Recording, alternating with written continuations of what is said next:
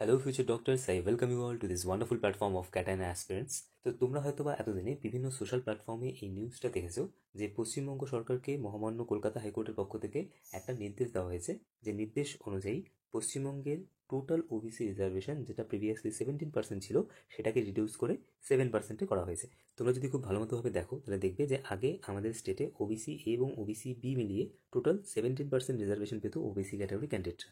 কিন্তু সম্প্রতিকালে কলকাতা হাইকোর্টের পক্ষ থেকে যে অর্ডারটা দেওয়া হয়েছে সেই অর্ডার অনুযায়ী টোটাল রিজার্ভেশন এসে দাঁড়ালো 7%। এবং আগে আমাদের ওয়েস্ট বেঙ্গলে ওবিসি রিজার্ভেশনের আন্ডারে টোটাল কাস্ট ছিল 180টা, এবারে সেটা রিডিউস হয়ে দাঁড়িয়েছে 66টা কাস্টে। কেন 66টা কাস্টে এসে দাঁড়িয়েছে তার মেইন কারণ হচ্ছে 2024-এ মে মাসে 22শে মে 2024-এ কলকাতা হাইকোর্টের ডিভিশন বেঞ্চের পক্ষ থেকে একটা জাজমেন্ট পাস করা হয়, যে জাজমেন্টে এটা ক্লিয়ারলি মেনশন করা ছিল যে যে সমস্ত কাস্ট বা কমিউনিটিগুলোকে 2010-এর আগে ওবিসি রিজার্ভেশনের আন্ডারে আনা হয়েছিল তাদের ওবিসি সার্টিফিকেটটা ভ্যালিড, এবং যে সমস্ত কাস্ট বা কমিউনিটিগুলোকে 2010 অথবা 2010-এর পরবর্তীকালীন সময়ে ওবিসি রিজার্ভেশনের আন্ডারে আনা হয়েছিল তাদের কাস্ট সার্টিফিকেটটা ভ্যালিড নয়। এবারে এই যে অর্ডারটা আছে এই অর্ডারটাকে চ্যালেঞ্জ করে আমাদের রাজ্য সরকারের পক্ষ থেকে সুপ্রিম কোর্টে যাওয়া হয়েছে, কিন্তু সুপ্রিম কোর্টের পক্ষ থেকে এই যে অর্ডারটা আছে এর উপর কোনো রকমের কোনো স্টে অর্ডার দেওয়া হয়নি। যেহেতু স্টে অর্ডার দেয়নি তাই সেজন্যই এই অর্ডারটি আমাদের রাজ্যের ক্ষেত্রে প্রযোজ্য হবে। আচ্ছা, এবারে এই বিষয়গুলো হয়তো তোমরা ইন্টারনেটে অনেক জায়গায় জানতে পেরেছো। যে বিষয়টা নিয়ে কেউ আলোচনা করছে না সেটা হচ্ছে কোন প্রেক্ষাপটে এই যে জাজমেন্টটা আছে এই জাজমেন্টটা অনারেবল হাইকোর্টের পক্ষ থেকে সম্প্রতিকালে আমাদের রাজ্য সরকারকে দেওয়া হয়েছে। কোন জাজমেন্টের কথা বলছি, যে ওবিসি রিজার্ভেশনটাকে 17% থেকে রিডিউস করে 7%-এ করতে হবে। জেমাস পিজি বলে একটা এক্সামিনেশন হয়, JEMAS পিজি এক্সামিনেশন। এটা বেসিক্যালি জেনপাস ইউজি যে এক্সামিনেশনটা হয় তার পোস্ট গ্রাজুয়েট এক্সামিনেশন বলতে পারো। আমাদের ওয়েস্ট বেঙ্গলে যে মেডিকেল এবং অ্যালাইড সায়েন্সেসের যে কোর্সগুলো করানো হয় সেই কোর্সগুলোর পোস্ট গ্রাজুয়েশন কোর্সের এক্সামিনেশন হয়। এই যে জেমাস পিজি যে এক্সামিনেশনটা আছে এই এক্সামিনেশনটা কন্ডাক্ট করা হয় West Bengal joint entrance board, এবং এর কাউন্সিলিং কন্ডাক্ট করা হচ্ছে West Bengal University of Health Sciences. এবারে এই West Bengal University of Health সায়েন্সেসের আন্ডারে পশ্চিমবঙ্গের যতগুলো সরকারি মেডিকেল কলেজ আছে প্রত্যেকটা মেডিকেল কলেজ যে ইউনিভার্সিটির আন্ডারে অ্যাফিলিয়েটেড সেটা হচ্ছে West Bengal University of Health Sciences. 2024-এ জেমাস পিজি এক্সামটা হয়ে যাওয়ার পরেও কিন্তু এদের কাউন্সিলিং প্রসেসটা আটকে ছিল, কেননা ওবিসি সার্টিফিকেট সংক্রান্ত যে মামলাটা সেই মামলাটা সুপ্রিম কোর্টের বিচারাধীন বর্তমানে। তো কাউন্সিলিংয়ের ক্ষেত্রে কত পার্সেন্ট রিজার্ভেশন ওবিসি ক্যাটাগরি ক্যান্ডিডেটদেরকে দেওয়া হবে এবং কাদের কাদের ওবিসি সার্টিফিকেট আলটিমেটলি ভ্যালিড থাকবে সেই রিগার্ডিং একটা সংশয় ছিল, যার ফলে West Bengal University of Health সায়েন্সেসের পক্ষ থেকে কাউন্সিলিং প্রসেসটাকে আটকে রাখা হয়েছে। তো যাতে করে দ্রুত কাউন্সিলিং প্রসেসটা সম্পূর্ণ হয় সেই জন্যই যে সমস্ত ক্যান্ডিডেটসরা জেমাস পিজি এক্সামে কোয়ালিফাই করেছে তো তারা এই বিষয়টা কোর্টের নজরে আনে এবং হাইকোর্টের পক্ষ থেকে তারপর এই যে জাজমেন্টটা তোমরা দেখতে পাচ্ছ এই জাজমেন্টটা পাস করা হয়। ওকে, তাহলে পুরো প্রেক্ষাপটটা তোমরা বুঝতে পারলে। আচ্ছা, এবারে এখানে একটা সবথেকে বড় প্রশ্ন হচ্ছে নিটের কাউন্সিলিং কে করে? নিটের কাউন্সিলিং করা হচ্ছে West Bengal medical counselling committee. আমাদের ওয়েস্ট বেঙ্গলের যে 85% সিট আছে তার কাউন্সিলিং করা হচ্ছে West Bengal medical counselling committee, WBMCC। তার কাউন্সিলিং কিন্তু West Bengal University of Health Sciences করে না। আমাদের ওয়েস্ট বেঙ্গলের প্রত্যেকটা government medical college, government dental college, okay, প্রত্যেকটা কলেজই হচ্ছে West Bengal University of Health সায়েন্সেসের আন্ডারে অ্যাফিলিয়েটেড। কিন্তু এই কোর্সগুলোতে অ্যাডমিশন নেওয়ার জন্য যে কাউন্সিলিংটা আছে সেই কাউন্সিলিংটা করা হচ্ছে West Bengal medical counselling committee, WBMCC। তো যেহেতু পুরো বিষয়টা বর্তমানে সুপ্রিম কোর্টের বিচারাধীন তাই এই বিষয় নিয়ে আমি খুব বেশি একটা আলোচনা করবো না। জাস্ট এখানে একটা দুটো পয়েন্ট আমি তোমাদেরকে বলে দিই যেটা মহামান্য কলকাতা হাইকোর্টের পক্ষ থেকে রাজ্য সরকারকে বলা হয়েছে, বা মোর প্রিসাইসলি যদি আমি বলি তাহলে West Bengal University of Health সায়েন্সেসকে বলা হয়েছে। দেখো, প্রথমত হচ্ছে ওবিসি রিজার্ভেশন যেটা আছে সেটাকে রিডিউস করে 17 থেকে 7%-এ আনতে হবে, এবং তার পাশাপাশি 2024-এর মে মাসে কলকাতা হাইকোর্টের ডিভিশন বেঞ্চ থেকে যে রায়টা দেওয়া হয়েছিল, যেহেতু সেই রায়ের উপর এখনো অবধি কোনো স্টে অর্ডার আসেনি, তো কারা কারা ওবিসি রিজার্ভেশনের বেনিফিটটা পাবে সেটা সেই রায় অনুযায়ী নির্ধারণ করতে হবে। মানে যে সমস্ত কাস্টগুলো 2010-এর আগে ওবিসি রিজার্ভেশনের আন্ডারে অন্তর্ভুক্ত হয়েছিল তারাই শুধুমাত্র ওবিসি রিজার্ভেশনের বেনিফিট পাবে, এবং কোন কোন কাস্ট বা কমিউনিটিগুলোকে 2010-এর আগে ওবিসি ক্যাটাগরির আন্ডারে অন্তর্ভুক্ত করা হয়েছিল সেই রিগার্ডিং একটা ট্রান্সপারেন্ট লিস্ট পশ্চিমবঙ্গের জয়েন্ট এন্ট্রান্স এক্সামিনেশন বোর্ড যেটা আছে তাদেরকে নেক্সট 40 দিনের মধ্যে পাবলিশ করতে হবে। তো এই জাজমেন্টটা 22শে মে অনারেবল কলকাতা হাইকোর্টের পক্ষ থেকে দেওয়া হয়েছে। আচ্ছা, এবারে আগের যে জাজমেন্টটা ছিল মানে ওবিসি কেস সংক্রান্ত মেইন যে জাজমেন্টটা 22শে মে কলকাতা হাইকোর্টের ডিভিশন বেঞ্চ থেকে সার্টিফিকেট ক্যান্সেল করা রিগার্ডিং যে জাজমেন্টটা ছিল সেটাকে চ্যালেঞ্জ করে আমাদের পশ্চিমবঙ্গ সরকারের পক্ষ থেকে সুপ্রিম কোর্টে মুভ করা হয়েছে। এবারে রিসেন্টলি 18 মার্চ 2025-এ সুপ্রিম কোর্টে আমাদের রাজ্য সরকার এটা জানায় যে আমাদের ওয়েস্ট বেঙ্গলে কারা কারা ওবিসি রিজার্ভেশনের আন্ডারে আছে, মানে কোন কোন কাস্টগুলো ওবিসি রিজার্ভেশনের আন্ডারে আছে সেই লিস্টটাকে প্রপারলি রাজ্য সরকার রিভিউ করবে, এবং সমস্ত বিষয়কে যাচাই করার পর ওয়েস্ট বেঙ্গল গভর্নমেন্ট আলাদা করে একটা ওবিসি রিজার্ভেশনের লিস্ট সুপ্রিম কোর্টের সামনে রাখবে, এবং তারপর যদি সেই লিস্টটাকে সুপ্রিম কোর্টের পক্ষ থেকে মান্যতা দেওয়া হয়, তাহলে তোমরা একটা জিনিস দেখতে পারবে, এই যে 66টা কমিউনিটির কথা বলা হচ্ছে, এই কমিউনিটির অতিরিক্ত আরও কিছু কমিউনিটি এরকম থাকতে পারে যারা ওবিসি রিজার্ভেশনের বেনিফিটটা পাচ্ছে। কিন্তু সেটা সময় সাপেক্ষ বিষয়, মাল্টিপল ফ্যাক্টরসের উপর ডিপেন্ড করছে। যেটা তোমাদেরকে বললাম যে রাজ্য সরকার যদি 3 মাসের মধ্যে পুরো রিপোর্টটাকে কমপ্লিট করে প্রপারলি অনারেবল সুপ্রিম কোর্টের সামনে রাখতে পারে, এবং সুপ্রিম কোর্ট থেকে যদি সেই লিস্টটাকে মান্যতা দেয়, তবেই অ্যাকসেপ্টেড হবে। আদারওয়াইজ কিন্তু কলকাতা হাইকোর্টের পক্ষ থেকে যে জাজমেন্টটা দেওয়া হয়েছে, সেই জাজমেন্টেই আমাদের পশ্চিমবঙ্গে ওবিসি রিজার্ভেশনের ক্ষেত্রে অ্যাপ্লিকেবল হবে। এবারে রাজ্য সরকারের পক্ষ থেকে 3 মাস সময় চাওয়া হয়েছে। তো যদি তোমরা 18 মার্চের পরে দেখো, তাহলে 18 মার্চ থেকে এক্স্যাক্ট 3 মাস হয়ে হচ্ছে গিয়ে 18 জুন। আচ্ছা, তোমাদের রেজাল্ট পাবলিশ হবে কবে? রেজাল্ট পাবলিশ হওয়ার টেন্টেটিভ যেটা ডেট আছে সেটা হচ্ছে 14 জুন। রেজাল্ট পাবলিশ হওয়ার পর কাউন্সিলিং স্টার্ট হতে মোটামুটি হবে 2 থেকে 3 সপ্তাহের সময় একটা থাকে। এবারে যদি আমরা মোটামুটিভাবে ধরে নিই যে ফার্স্ট উইক অফ জুলাইয়ে কাউন্সিলিং স্টার্ট হবে, তো উইথিন দ্যাট টাইম পিরিয়ড যদি রাজ্য সরকার সমস্ত প্রসেসটা কমপ্লিট করতে পারে, করার পর যদি সুপ্রিম কোর্টের সামনে একটা নতুন ওবিসি লিস্ট রাখতে পারে, এবং সেই লিস্টটাকে যদি সুপ্রিম কোর্টের পক্ষ থেকে মান্যতা দেয়, তাহলে অবশ্যই কিছু অ্যাডিশনাল কমিউনিটি বা কাস্ট থাকবে যারা কিন্তু ওবিসি রিজার্ভেশনের আন্ডারে আসতে পারে, এবং সেক্ষেত্রে টোটাল ওবিসি রিজার্ভেশন কতটা হবে সেটারও একটা ইম্প্যাক্ট তোমরা দেখতে পারো। তো এখন অবধি যেহেতু এই রিগার্ডিং কোনো ক্ল্যারিফিকেশন আমাদের কাছে নেই, সেজন্যই আমরা ধরে নিচ্ছি যে এই মুহূর্তে ওয়েস্ট বেঙ্গলের গভর্নমেন্ট মেডিকেল কলেজগুলোর ক্ষেত্রে টোটাল যে সিট আছে তার 7% রিজার্ভেশন ওবিসি ক্যাটাগরি ক্যান্ডিডেটদের জন্য থাকবে। তো এই মুহূর্তে পশ্চিমবঙ্গে টোটাল 3084টা গভর্নমেন্ট এমবিবিএস এর সিট আছে, যে সিটগুলোর counselling West Bengal medical counselling কমিটির আন্ডারে হয়ে থাকে। এবারে এই সিটগুলোর মধ্যে যদি 7% সিট ওবিসি রিজার্ভেশনের আন্ডারে আসে, তাহলে টোটাল 215টা সিট ওবিসি ক্যাটাগরি ক্যান্ডিডেটদের জন্য রিজার্ভ করা থাকবে। আগে কতগুলো ছিল? আগে ছিল হচ্ছে 512টা। দেখো এখানে ওবিসি রিজার্ভেশন দেখবে তোমরা 10টা আছে, এটা ইএসআইসি মেডিকেল কলেজেই শুধুমাত্র আছে, যেহেতু সেটা সেন্ট্রাল গভর্নমেন্টের মেডিকেল কলেজ। তো আগেও এই কলেজের ক্ষেত্রে এরকমই হতো যে সমস্ত ক্যান্ডিডেটসদের কমিউনিটি বা কাস্টটা সেন্ট্রাল ওবিসি লিস্টের আন্ডারে আসে, তো তারাই শুধুমাত্র এই 10টা সিটের জন্য এলিজিবল হতো। তো ক্যালকুলেশনের সুবিধার জন্য আমরা আপাতত এই 10টা সিটকে সরিয়ে রাখছি। তো মোটামুটিভাবে আগে ছিল 512টা সিট, এখন সেই সিটটা কমে গিয়ে দাঁড়িয়েছে 215টা সিটে। কেমন?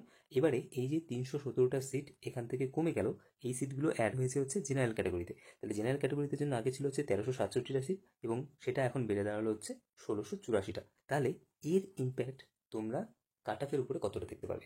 তার আগে একটা জিনিস তোমরা একটুখানি ভালো মতোভাবে বুঝে নাও, যে আগে ওবিসি এ এবং ওবিসি বি মিলিয়ে টোটাল সিট ছিল 512টা। এবারে অনারেবল কলকাতা হাইকোর্টের যে জাজমেন্টটা এসেছে, তারপরে সিট সংখ্যা দাঁড়াবে হচ্ছে 215টা। আগে কতগুলো কাস্ট ওবিসি রিজার্ভেশন আন্ডারে আসতো? 180টা। এখন কতগুলো কাস্ট আসছে?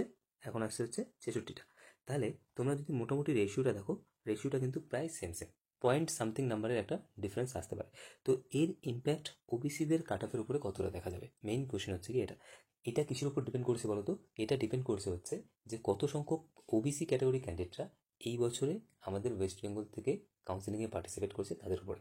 দেখো তোমাদেরকে একটা জিনিস বলি, 2024 অথবা 2023 এর ডেটার সাথে কম্পেয়ার করে এই বছরের ওবিসিদের কাট অফ নির্ধারণ করা জাস্ট ইম্পসিবল। কেন ইম্পসিবল? কেননা 2024-এ এই যে কাট অফগুলো তোমরা দেখছো, এই কাট অফগুলো ওবিসি এ এবং ওবিসি বি, এই যে ওবিসি ক্যাটাগরি ক্যান্ডিডেটদের যে সেগ্রিগেশনটা ছিল, সেই সেগ্রিগেশনের উপরে ভিত্তি করে এই কাট অফটা।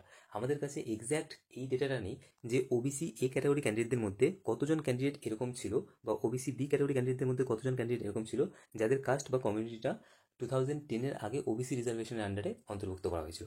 সেই এক্স্যাক্ট বা স্পেসিফিক ডেটা আমাদের কাছে নেই, কেননা যখন স্টেট মেরিট লিস্ট পাবলিশ হয় তখন শুধু ওবিসি আর ওবিসি বি লেখা থাকে, পাশে তো কাস্ট বা কমিউনিটিটা মেনশন করা থাকে না। তো এই যে প্রিভিয়াস ইয়ার্সের যে ডেটাগুলো দেখছো, এইগুলোর উপরে নির্ভর করে ওবিসিদের কাট অফ কোথায় যাবে সেটা নির্ধারণ করা জাস্ট ইম্পসিবল। ওকে, এই বছর ওবিসিদের ক্ষেত্রে কাট অফ কত যাবে সেটা একমাত্র নির্ধারণ তখনই করা যাবে, মোটামুটি কাছাকাছি একটা নির্ধারণ তখনই করা যাবে যখন স্টেট মেরিট লিস্টে আসবে, যে আমাদের ওয়েস্ট বেঙ্গল থেকে কতজন ক্যান্ডিডেট ওবিসি ক্যাটাগরি রিজার্ভেশনের জন্য অ্যাপ্লাই করেছে, এবং আফটার ডকুমেন্টস ভেরিফিকেশন। তোমরা জানো যে স্টেট মেরিট লিস্টটা কখন আসে, যে কাউন্সিলিংয়ের জন্য তোমরা রেজিস্ট্রেশন করলে সবার ফার্স্টে, রেজিস্ট্রেশনের পরে এবারে রেজিস্ট্রেশন করার পরে তোমাদের যেটা করতে হবে সেটা হচ্ছে ফিজিক্যাল ডকুমেন্টস ভেরিফিকেশন, যেখানে কিন্তু তোমাদের ক্যাটাগরি সার্টিফিকেটটা ভেরিফিকেশন হবে। ওকে, যদি তোমরা ভেরিফাইড হও তারপরে তোমাদের নাম স্টেট মেরিট লিস্টে আসবে। যদি কোনো গন্ডগোল থাকে তাহলে সেক্ষেত্রে as a general category candidate তোমাদেরকে ফার্দার কাউন্সিলিংটাকে অ্যাটেন্ড করতে হবে। কেমন? তো যখন স্টেট মেরিট লিস্ট আসবে তখনই অ্যাকচুয়ালি বোঝা যাবে যে আমাদের ওয়েস্ট বেঙ্গল থেকে এই বছর কতজন ক্যান্ডিডেট ওবিসি রিজার্ভেশন পাওয়ার জন্য এলিজিবল হলো। আগের বছরের যে লিস্টটা ছিল সেই লিস্টের মধ্যে ওবিসি এ, ওবিসি বি, সমস্ত এই যে 180টা যে কমিউনিটির বা কাস্টের কথা আমরা বললাম, প্রত্যেকটা কাস্ট বা কমিউনিটি সেখানে ছিল। ওকে, যদি ধরেও নিই যে টোটাল 66টাই আলটিমেটলি থাকবে এরকম কমিউনিটি বা কাস্ট যারা অ্যাকচুয়ালি ওবিসি রিজার্ভেশন পাবে, তাহলে আগের বছর কতজন এরকম ছিল যাদের কমিউনিটি বা কাস্ট এই 66টা কমিউনিটি বা কাস্টের আন্ডারে আসছে, তাদের সংখ্যা আমাদের কাছে ছিল না। তো আগের বছরের ডেটার উপরে ভিত্তি করে এই বছরের ওবিসিদের কাট অফ নির্ধারণ করা জাস্ট ইম্পসিবল। এবং আমি তোমাদেরকে একটা জিনিস বলবো, যদি তোমরা ওবিসি ক্যাটাগরি থেকে বিলং করো, যে তোমরা একবার চেক করে নাও তোমাদের কমিউনিটি বা কাস্টটা 2010-এর আগে ওবিসি রিজার্ভেশন আন্ডারে অন্তর্ভুক্ত হয়েছিল কিনা। সেটা তোমরা কী করে চেক করবে? সেটা চেক করার জন্য তোমরা ওয়েস্ট বেঙ্গল গভর্নমেন্টের যেটা ব্যাকওয়ার্ড ক্লাস ওয়েলফেয়ার ডিপার্টমেন্টের অফিসিয়াল ওয়েবসাইট আছে সেখানে ভিজিট করে ওবিসি লিস্টটা দেখে নিতে পারো। এবং সেখানে দেখবে এই 66 নাম্বার পর্যন্ত যতগুলো কাস্ট বা কমিউনিটি এখানে মেনশন করা আছে, প্রত্যেকটা কাস্ট বা কমিউনিটি 2010-এর আগে ওবিসি রিজার্ভেশন আন্ডারে অন্তর্ভুক্ত হয়েছিল। অথবা তোমরা একটা কাজ করতে পারো, তোমাদের যেটা ওবিসি সার্টিফিকেট আছে সেখানে দেখবে একটা নাম্বার মেনশন করা আছে, ঠিক আছে, যেটাকে নোটিফিকেশন নাম্বার বলে। এবারে সেই নোটিফিকেশন নাম্বারের মধ্যে, যেমন এখানে আমি যদি একটা এক্সাম্পল নিই, সেই নোটিফিকেশন নাম্বারের মধ্যে ডিটির পরে যে ডেটটা দেওয়া আছে সেই ডেটটা অ্যাকচুয়ালি এটা সিগনিফাই করে যে কোন তারিখে তোমাদের কাস্ট বা কমিউনিটিটাকে ওবিসি রিজার্ভেশনের আন্ডারে আনা হয়েছিল। তো সেই ডেটটা যদি 2010-এর আগের কোনো ডেট হয় তাহলে অবশ্যই তোমার ওবিসি সার্টিফিকেটটা ভ্যালিড। এই ডিটির আগে যেটা থাকে সেটা হচ্ছে রেজলিউশন নাম্বার, এবং ডিটির পরে হচ্ছে সেই ডেটটা মেনশন করা থাকে যে ডেটে তোমাদের কাস্ট বা কমিউনিটিটাকে ওবিসি রিজার্ভেশনের আন্ডারে আনা হয়েছিল। কেমন? তো সেটা তোমরা একবার চেক করে নাও অ্যাকর্ডিংলি। এবং যদি তোমাদের ক্যাটাগরি সার্টিফিকেটটা ভ্যালিড হয় তাহলে তোমাদের অবশ্যই উচিত এনসিএল সার্টিফিকেটটা বানিয়ে নাও। যত তাড়াতাড়ি সম্ভব এনসিএল সার্টিফিকেটটা বানিয়ে নাও, কেননা পরের থেকে কিন্তু খুব রাশ চলে। ওকে, তো এনসিএল সার্টিফিকেট কী করে বানাবে সেই রিগার্ডিং একটা ডিটেল ভিডিও আমার ইউটিউব চ্যানেলে পাবলিশ করা আছে, তার লিঙ্ক এই ভিডিও ডিসক্রিপশন এবং পিন কমেন্টে দিয়ে রাখবো, সেটা তোমরা দেখে নিও। আচ্ছা, তো এবারে আসা যাক কাট অফটা কোথায় গিয়ে দাঁড়াবে। দেখো, কাট অফ কোথায় গিয়ে দাঁড়াবে এটা এখন নির্ধারণ করা ইম্পসিবল। 2 নম্বর বেশি যাবে, 5 নম্বর কম যাবে, নির্ধারণ করা ইম্পসিবল। বিকজ আমরা অনেক পারমুটেশন এবং কম্বিনেশন ইউজ করার চেষ্টা করেছি, কোনোভাবেই একটা এক্স্যাক্ট কাট অফ কত যাবে সেটা নির্ধারণ করা সম্ভবই হচ্ছে না। ওকে, আমি তোমাদেরকে একটা জিনিস বলে রাখি, আমি মোটামুটিভাবে এই বছরের যে ট্রেন্ডটা লক্ষ্য করছি তার উপরে ভিত্তি করে বলছি, তোমাদের মার্কস যদি 470 to 480 এর মধ্যে থাকে এবং যদি তোমার কাছে একটা ভ্যালিড ওবিসি সার্টিফিকেট থাকে, মানে হাইকোর্টের অর্ডার অনুযায়ী যাদের সার্টিফিকেটটা ভ্যালিড, তো সেই ভ্যালিড সার্টিফিকেটগুলোর আন্ডারে যদি তোমাদের সার্টিফিকেটটা থাকে, তোমরা যদি 470 to 480-র মধ্যে মার্কস স্কোর করছো, তোমরা নিজেদেরকে মোটামুটি সেফ জোনের মধ্যে কনসিডার করে নাও। ওকে, আর মাত্র কয়েকটা দিনের ব্যাপার, নিটের রেজাল্টটা পাবলিশ হওয়ার পর মোটামুটিভাবে একটা আইডিয়া পাওয়া যাবে যে ওবিসিদের কাট অফটা আলটিমেটলি কোথায় এসে দাঁড়াতে পারে। কিন্তু অ্যাগেন সেক্ষেত্রে হয়তো তোমরা আদার্স যে কাস্টগুলো আছে তাদের কাট অফটা তোমরা নির্ধারণ করতে পারবে, কিন্তু ওবিসিদের ক্ষেত্রে কাট অফ নির্ধারণ করা এই বছর তখনই সম্ভব যখন West Bengal medical counselling committee আলাদা করে আমাদের স্টেটের মেরিট লিস্টটা পাবলিশ করবে। তখন মানে স্টেটের ক্ষেত্রে যে সমস্ত ক্যান্ডিডেটসরা কাউন্সিলিং অ্যাটেন্ড করার জন্য এলিজিবল তাদের লিস্ট যখন ওয়েস্ট বেঙ্গল মেডিকেল কাউন্সিলিংয়ের পক্ষ থেকে পাবলিশ করা হবে, তারপরেই বোঝা যাবে ওবিসি ক্যাটাগরি ক্যান্ডিডেটদের কাট অফটা কোথায় গিয়ে দাঁড়াবে। এবারে আরেকটা প্রশ্ন হচ্ছে ইউআরদের কাট অফটা কোথায় দাঁড়াবে। দেখো, আমরা ইনিশিয়ালি যেটা অ্যান্টিসিপেট করেছি সেটা হচ্ছে ইউআরদের কাট অফটা গিয়ে দাঁড়াবে হচ্ছে 500 মার্কসের একটা ক্লোজ প্রক্সিমিটিতে কোনো একটা মার্কসে। আমি তোমাদেরকে একটা জিনিস বলে রাখবো, যে হাইকোর্টের যে অর্ডারটা আছে সেই অর্ডারটাকে যদি তোমরা প্রপারলি লক্ষ্য করো তাহলে একটা জিনিস বোঝা যাচ্ছে যে অ্যাপ্রক্সিমেটলি 114টা থেকে 113টার মতো এরকম কাস্ট বা কমিউনিটি আছে যাদের ওবিসি সার্টিফিকেট ক্যান্সেল হয়ে গেছে। তো যাদের ওবিসি সার্টিফিকেট ক্যান্সেল হয়ে গেছে তারা অ্যাজ এ জেনারেল ক্যাটাগরি এই বছর কাউন্সিলিং পার্টিসিপেট করবে। জেনারেলদের ক্ষেত্রে সিট বেড়েছে কতটা? 317টা সিট বেড়েছে। এবং কতগুলো কাস্ট অ্যাডিশনালি এই বছর অ্যাজ এ জেনারেল হিসেবে কাউন্সিলিং পার্টিসিপেট করবে? 113 থেকে 114টা কাস্ট বা কমিউনিটি এই বছর অ্যাজ এ জেনারেল ক্যান্ডিডেট হিসাবে পার্টিসিপেট করার একটা হাই পসিবিলিটি আছে। তো সেক্ষেত্রে আমার যা মনে হয়, যেটা আমরা ইনিশিয়ালি অ্যান্টিসিপেট করেছিলাম তার থেকে কাট অফ হয়তো 2 থেকে 3 নম্বর এদিক ওদিক হতে পারে। অ্যাগেন আমি একটা জিনিস বলি, যেরকম আমরা এই বছরের ট্রেন্ড দেখছি তাতে করে অ্যাকচুয়ালি কাট অফটা 500 থাকবে না 500 থেকে লো যাবে সেটাও এখন পর্যন্ত প্রপারলি বোঝা যাচ্ছে না। তোমরা যদি বড় বড় যে কোচিং ইনস্টিটিউটগুলো আছে তাদের যদি ডেটাগুলো দেখো তাহলে অনেকেই দেখবে বলেছে যে 490 মার্কস স্কোর করলে এই বছর গভর্নমেন্ট মেডিকেল কলেজ পেয়ে যাবে। তো আমি তোমাদেরকে জাস্ট একটা রিকোয়েস্ট করছি, এখনই এত চিন্তা করার দরকার নেই, তোমরা প্লিজ রেজাল্টটা অবধি ওয়েট করো। রেজাল্টটা এলে প্রপারলি বোঝা যাবে যে আনরিজার্ভড ক্যাটাগরি ক্যান্ডিডেটদের কাট অফটা কোথায় গিয়ে দাঁড়াচ্ছে। কিন্তু ওবিসিদের ক্ষেত্রে কাট অফ এই বছর আগের থেকে অ্যান্টিসিপেট করা জাস্ট ইম্পসিবল যতক্ষণ না পর্যন্ত স্টেট মেরিট লিস্টটা পাবলিশ হচ্ছে। এমন ওকে, যদি তোমরা আমাদের থেকে নিট ইউজি 2025-এর কাউন্সিলিং এবং অ্যাডমিশন রিলেটেড গাইডেন্স নিতে চাও, দেন এখানে যে নাম্বারটা তোমরা দেখতে পাচ্ছ এই নাম্বারে তোমরা আমাদেরকে হোয়াটসঅ্যাপ করতে পারো, অথবা এই মেইল আইডিতে তোমরা আমাদেরকে মেইল করতে পারো, অথবা আমাদের টেলিগ্রাম চ্যানেলে যে অ্যাডমিন বা ওনার আছে তাকে তোমরা মেসেজ করতে পারো। কেমন? যেটা তোমাদের জন্য কনভিনিয়েন্ট হয় সেভাবেই তোমরা আমাদেরকে টেক্সট করে দিও একটা, আমাদের টিম অ্যাকর্ডিংলি তোমাদের সাথে আমাদের যেটা কাউন্সিলিংয়ের প্রসপেক্টাস আছে সেটা শেয়ার করে দেবে। দেখো, depending upon your requirements there are 3 different types of counselling program which will be available from our side. কোন কাউন্সিলিং প্রোগ্রামের আন্ডারে কী কী সার্ভিসেস তোমরা পাবে কাউন্সিলিংয়ের প্রসপেক্টাসটায় সেটা ক্লিয়ারলি মেনশন করা আছে। তারপরেও যদি তোমাদের বুঝতে কোনো রকমের কোনো অসুবিধা হয়, feel free to contact us on this number. তোমরা এই নাম্বারে আমাদেরকে যে কোনো সময় ফোন করতে পারো, আমাদের টিম তোমাদেরকে প্রপারলি বুঝিয়ে দেবে যে কোন কাউন্সিলিং প্রোগ্রামের আন্ডারে তোমরা কী কী সার্ভিসেস পাবে এবং ফার্দার আমরা তোমাদেরকে কী করে গাইডেন্সটা প্রোভাইড করবো। যদি তোমাদের বুঝতে কোনো রকমের কোনো অসুবিধা হয় এই নাম্বারে তোমরা আমাদের সাথে যোগাযোগ করতে পারো। সেম নাম্বার, যেটাই আমাদের হোয়াটসঅ্যাপ নাম্বার সেটাই আমাদের কলিং নাম্বার। আমাদের কাউন্সিলিং প্রোগ্রাম স্টার্ট হচ্ছে 599 থেকে, একদম অ্যাফোর্ডেবল রাখা হয়েছে যাতে করে যে কেউ নিট ইউজি 2025-এর জন্য একদম মিনিমাম একটা অ্যামাউন্ট পে করে বেস্ট কাউন্সিলিং সার্ভিসেস পেয়ে যাও। আচ্ছা, যাই হোক, আমাদের কাউন্সিলিং প্রসপেক্টাসে তোমরা দেখতে পারবে যে তোমরা কী কী সার্ভিসেস পাবে। মোটামুটিভাবে আমি এখানে ব্রিফলি ইন্টারপ্রিট করে দিই যে কী কী সার্ভিসেস তোমরা আমাদের থেকে পাবে। প্রথমত, অল ইন্ডিয়া কোটা এবং স্টেট কোটার কাউন্সিলিং রিলেটেড সমস্ত রকমের গাইডেন্স তোমরা আমাদের থেকে পাবে। কী কী ডকুমেন্টস তোমাদের রিকোয়ারমেন্ট হবে, সেই ডকুমেন্টসগুলো তোমরা কী করে বানাবে, সব কিছু রিলেটেড গাইডেন্স আমরা তোমাদেরকে প্রোভাইড করবো। আচ্ছা, পাশাপাশি কী হয় যে অল ইন্ডিয়া কোটা এবং স্টেট কোটার কাউন্সিলিং একসাথে তোমরা কী করে অ্যাটেন্ড করবে, এবং কিছু কিছু স্টেট আছে যে স্টেটে কিন্তু কিছু কিছু স্পেশাল রিজার্ভেশন আছে, ঠিক আছে? তো সেগুলোর ব্যাপারেও আমরা আমাদের থেকে তোমাদেরকে গাইডেন্স প্রোভাইড করবো। এবং স্টেট কোটায় তোমরা কলেজগুলোকে কী করে লিস্টিং করবে, অল ইন্ডিয়া কোটায় কী করে কলেজগুলোকে লিস্টিং করবে, এই রিলেটেড কিন্তু কমপ্লিট গাইডেন্স তোমাদেরকে আমরা আমাদের তরফ থেকে প্রোভাইড করবো।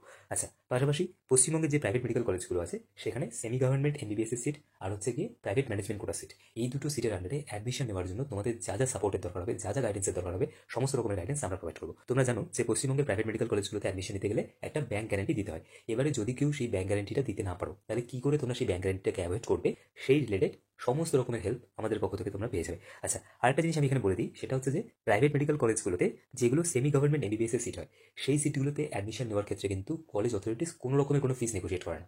যেটা ফিস, সেই ফিজেই তোমাদের অ্যাডমিশন হয়। এবারে অনেক সময় কি হয়, যদি তোমরা কোনো প্রাইভেট মেডিকেল কলেজে সেমি গভর্নমেন্ট এমবিবিএস এর সিটে অ্যাডমিশন নাও, তাহলে কিছু কিছু কলেজ আছে, সব কলেজ নয়, খুবই কম সংখ্যক কিছু কলেজ আছে যারা কি করে, যদি তোমরা ফার্দার সেই কলেজে স্টাডি করো, মানে যদি তোমরা সেই কলেজেই তোমাদের এমবিবিএসটাকে কন্টিনিউ করো, যদি তোমরা পরের রাউন্ডে কলেজ চেঞ্জ না করো, তাহলে সেক্ষেত্রে লাস্টে গিয়ে যখন তোমাদের ক্লাস স্টার্ট হয়, তখন কি করা হয়, তখন তোমাদেরকে একটা স্কলারশিপ পাই দেওয়ার চেষ্টা করা হয়। সেক্ষেত্রেও স্কলারশিপের অ্যামাউন্টটা অনেকটাই কম হয়, সেটা 50,000 থেকে ম্যাক্সিমাম 1 লাখের মধ্যে হয়। বাকি যদি তোমরা প্রাইভেট মেডিকেল কলেজের স্টেট কোটা সিটগুলোকে দেখো, যেগুলোকে সেমি গভর্নমেন্ট এমবিবিএস সিট বলে, সেই সিটের ক্ষেত্রে কিন্তু ফিস কোনোভাবেই নেগোশিয়েট করে না কলেজ।